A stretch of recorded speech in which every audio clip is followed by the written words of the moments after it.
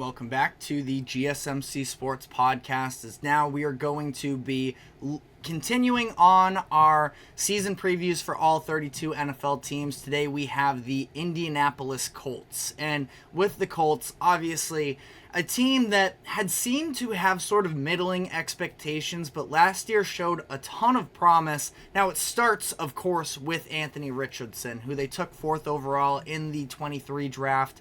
And he came out for being a prospect where the entire reputation around him was being that he was a very raw prospect. He sort of flashed from day one, and he flashed from the perspective of being able to, go out there and perform and having that high ceiling that we knew of him, but did a really good job, I thought, of, maneuvering the pocket, avoiding contact, and obviously injuries became a big part of the story for him, where he only started 4 games. He left 2 of them with injuries. One of them was a fluke. I think it was when he had already, scored. He had run into the end zone, and he came down on that shoulder weird, but Anthony Richardson, Colts fans have to feel incredibly encouraged by what he put out on the field last season. And obviously, it's a major disappointment seeing how that turned out for him from a health perspective. But the fact that they were able to go out,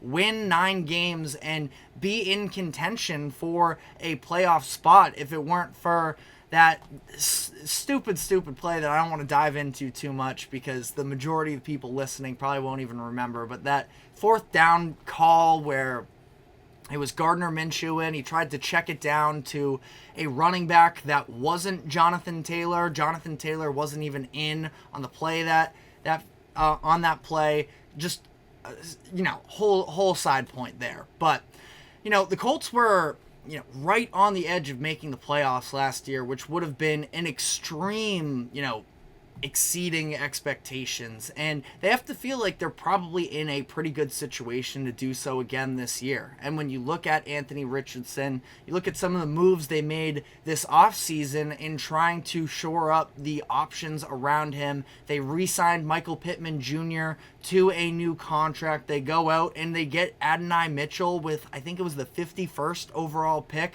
way later than anybody really anticipated. The fact that people had concerns maybe with his personality, but you see him on the field and he's a baller. He can go up, he can make the physical plays, he has the impressive speed from somebody his size. I think that he's going to absolutely be an effective player. You also look, there's Josh Downs, there's a number of pretty not just passable, but very good tight end options as well. Anthony Richardson is going to have a number of tools in his arsenal around him to be able to take advantage. And the run game, obviously, is sort of the identity of this team with Jonathan Taylor, with having a top 10 offensive line in the league as well. And it's something that I definitely think Anthony Richardson can also enhance because of the fact that, again, when fully healthy, I'm sure the Colts will probably try and be at least a little bit resistant to fully throw him out into the fire and put his body on the line. But he's somebody that I think could develop an unreal sort of dual threat attack in terms of him and Jonathan Taylor. The read options could be nightmarish for opposing defenses if things play out the way that the Colts are hoping that they can. So, last year, top 10 scoring offense from a team led by Gardner Minshew, and like we just talked about in the last segment, Gardner Minshew is fine. He's a good player, but by no means is he somebody that you have expectations for him, delivering 23 points per game necessarily.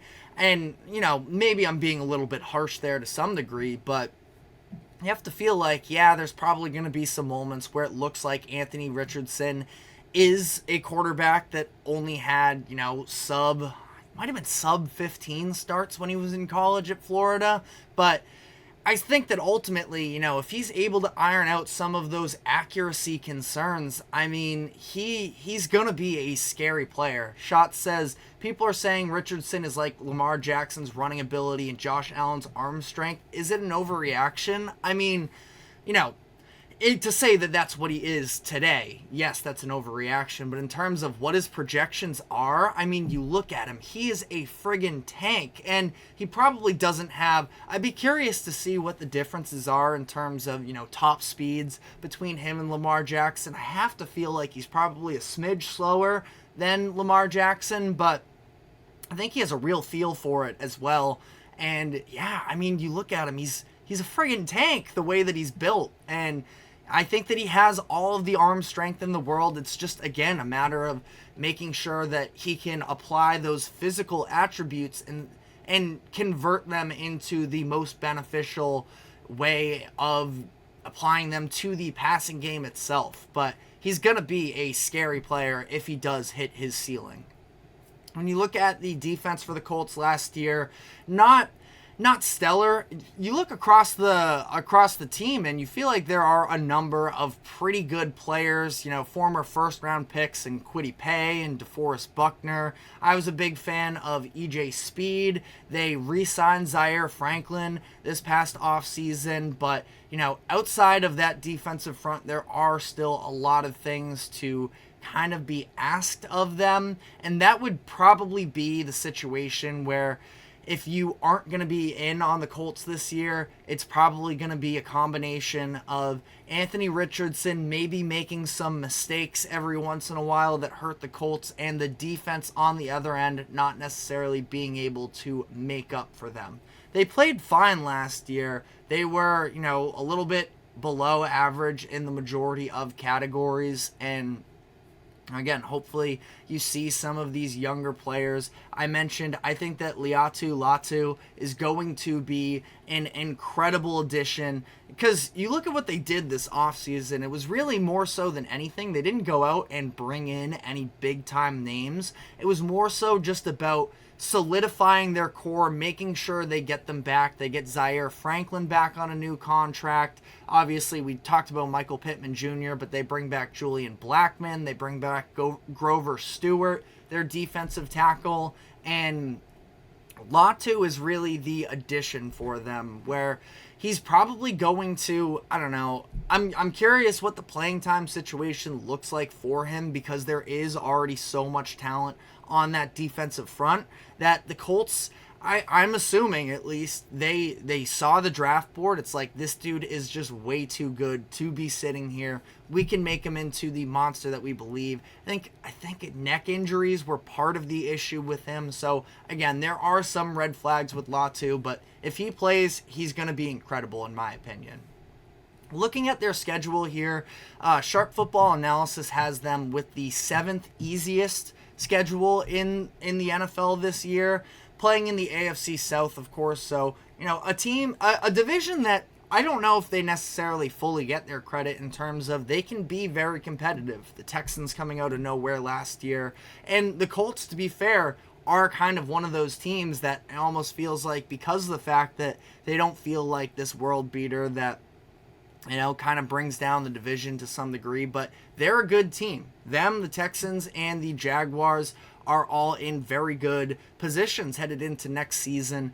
I'm still not in on the Titans. I feel like they're probably a year or so away. I am intrigued in Will Levis's upside, but we'll save that whole conversation for when we actually look at the Titans' upcoming schedule. But, you look across the board, really not all too many difficult out-of-division games. They play the NFC North, so that game week 2 against the Packers is probably that one, and week 12 at home against the Lions are the ones that really jump off of the page. But I think this is a very winnable, schedule when you look at it ultimately. Their over-underline is set at 8.5, and I have them going just over that mark for another 9-8 season. Can be in competition for that division and for a playoff spot once again. Now, if I were to have any concerns, it would be, how does Anthony Richardson look like in a full year's worth of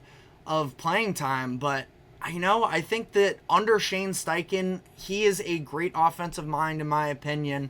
We're going to see this run game continue to get better. There's a number of different options for Anthony Richardson as well. So I think that 9-8 is around the ballpark of where the Colts are going to end up. Looking at how that compares to the other teams, I do have to apologize here. Yesterday, I went through the Texans' schedule, and I accidentally went through their 2023 schedule in what was a total boneheaded move, and that ended up, I was looking at their schedule from last year, and I gave them a couple extra wins, so I went back, redid it. I have them at 10 wins now, which is still good. I think that their over-under is at 9.5 as well. So I have the Colts just behind the Texans. I think that either one of those teams could be a little bit fluid there. Hopes are very high on the Texans. I could see a little bit of a humbling start to next year before they figure themselves out once again, even though I do have a lot of belief in them. And I think that the Colts are going to absolutely be in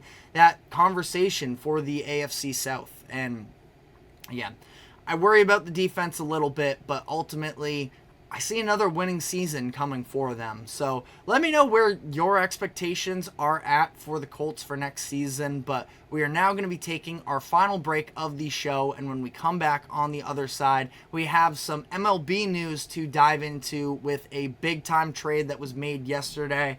May even give a little bit of an update on some breaking news on a trade that just came out. So we are going to be diving into all of that. But first, a quick break. Don't go anywhere. We will be right back.